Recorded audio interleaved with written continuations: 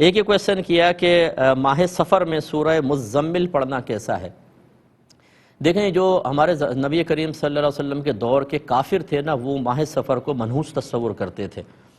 تو نبی کریم صلی اللہ علیہ وسلم نے اس کی تعلیم دی کہ ولا سفر، یعنی سفر کوئی چیز نہیں ہے جو تم یہ منحوس کہتے ہو، کوئی چیز منحوس نہیں ہے، اس میں کوئی آسمان سے بلائیں یا مصیبتیں نازل نہیں ہوتی. لیکن مسلمان کا المیہ یہ ہے کہ اس کو نہ قرآن آتا ہے نہ حدیث، اس کو توہم پرستی بہت اچھی آتی ہے.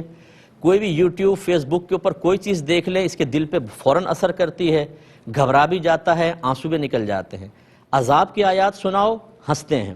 نماز کے عذاب، بے نمازی کے عذاب سناؤ، قہقہے نکلتے ہیں.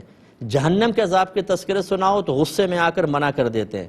لیکن اس طرح کی بے سروپا باتوں میں ہمارے گھر کی خواتین سورہ مزمل پڑھ رہی ہیں. آٹے کی گولیوں پہ سورہ مزمل پڑھ کے نہر میں ڈالیں.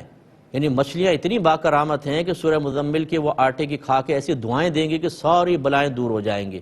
باقی انسان تو بیکار ہو گئے. تو یہ سب بیکار اور خرافاتی باتیں ہیں. سفر کا مہینہ کوئی منحوس مہینہ نہیں ہے. جو ہماری بہنیں کہتی ہیں خالی کا مہینہ ہے، انتہائی جہالت ہے. بی بی فاطمہ رضی اللہ تعالی عنہ کا نکاح حضرت علی رضی اللہ تعالی عنہ سے ایک روایت کے مطابق ماہ سفر میں ہی ہوا تھا. یہ کوئی منحوس مہینہ نہیں ہے، یہ کوئی خالی کا مہینہ نہیں ہے. جو کہے یہ خالی کا مہینہ ہے، اس کے یہاں کچھ خالی ہے. مجھے ایسا لگتا ہے علم سے یعنی خالی ہیں. تو یہ بہنیں خدا را آپ اپنے دین کے قریب آئیں. اس نے بات کہہ دی، ہماری دادی نے کہا تھا، نانی نے کہا تھا. دادی نانی کوئی عالمہ نہیں تھی بیچاری، دادی نانی کوئی بہت بڑی مفتیاں نہیں تھیں، دادی نانی کوئی اولیاء نہیں تھی کہ اللہ کی طرف سے الہامات ہو رہے ہوں، ان کو بڑے کامل اور پرفیکٹ الہامات ہوں. ان خرافات کو ختم کریں. سفر کا مہینہ عام مہینوں کی طرح ہے. کتنے بزرگان دین ماہ سفر میں فوت ہوئے ہیں، ان کے اعراس ہوتے ہیں اس میں، اور وہ بڑا وہ دن بڑا عظیم سمجھا جاتا ہے جس میں کوئی بزرگان دین دنیا سے پردہ فرما کر اللہ تبارک و تعالیٰ کی بارگاہ میں خاص طور پہ ان کی روح جا کے سجدہ ریز ہوتی ہے.